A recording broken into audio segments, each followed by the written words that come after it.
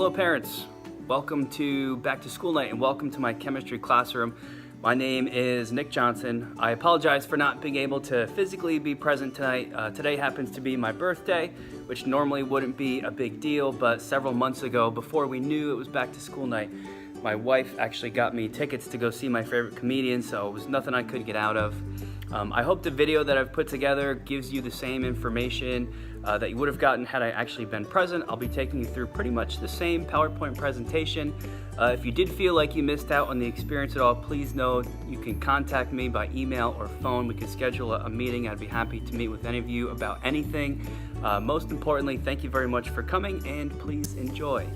So as I said, welcome to Back to School Night. My name is Nick Johnson. I'm going to start off with some background information about myself. I know that's one of the main reasons people come to Back to School Night, is just to kind of see who your children are sitting in front of every day while at school.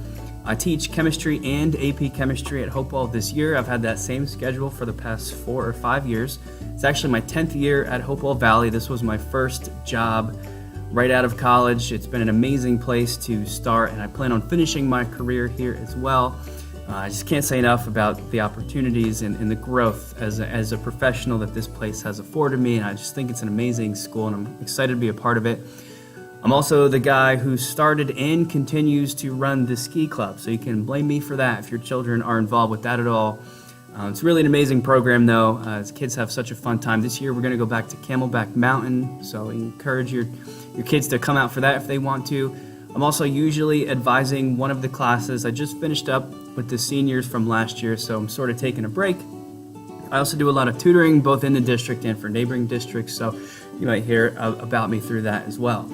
I am a New Jersey guy. I grew up about an hour north of here in Warren County. If you take Route 31 north for about an hour, you'll hit Route 57 in Washington, New Jersey. That's where I grew up, a neighboring town called Port Murray. I went to college in Lycoming College, which is a teeny tiny school in central PA, Williamsport actually, which nobody ever even knows about that, other than that's where the Little League World Series happens every year. But I graduated from there in 2008 with a degree in chemistry, and I'm currently working on my Master's of Ed in Educational Theory and Practice, 2 classes away from finishing, so I'm really pumped about that. My student teaching was out in Williamsport, of course, where I went to school, and I did spend some time as a process development chemist at a company called Croda Inc. They make some of the components for beauty products, shampoos, conditioners, that kind of stuff. But the lab work wasn't really for me. After I tried that, I really knew that teaching was kind of where I was meant to pursue the rest of my career. As far as grade determination for this year, we do a lot of very different types of assessments. We do some traditional tests and quizzes because that is still an important part of our current educational system, although we are starting to move away from that. So you might notice less of that than there has been in previous years. The shift is going more towards group projects, lab work, kind of getting the kids to interact with each other and working in a collaborative environment. So a lot of those things will be happening, classwork, homework. We do some informal oral quizzing, which I know for some students is really stressful, but for others it's the best way for them to kind of demonstrate what they've learned. And of course the biggest push is just on scientific thinking and writing in general. As far as grades, we have a new policy at the high school this year where every department, we all have to use the exact same grades no matter what the class. So this is for all science courses. 50% of the grade is going to be based on assessments. An assessment could be a test or a quiz. It could be really anything the teacher decides to call an assessment. It could even be a lab if it's being termed as an assessment type of a lab. 40% comes from labs and projects, and the final 10%, the smallest piece, comes from independent practice, which could be everything from homework to classwork, really any other. It's like the catch-all category. One thing I always like to stress at Back to School Night is an open line of communication between myself and the parents, also the students as well.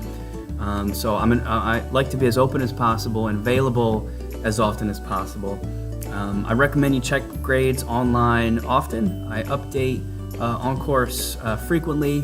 Friday afternoons is kind of like the deadline I set for myself, where I don't leave for the weekend until I update things. So if you're checking throughout the week and nothing's changing, probably by by Friday evening, you'll see some changes take place. Despite the fact that we can all see the grades at all times, if somebody's grade is slipping in class, I will take it upon myself to conference with the student and probably contact you guys as well. And of course, my email is, you can call, but I don't have a direct line here, so you'll just have to leave a message. Email's probably the best bet. I check it very often and will get back to you as soon as I possibly can. One thing I really wanted to make sure I mentioned tonight for you guys was a different teaching style that you might notice your students, your children being involved in some things, especially in what they bring home this coming year.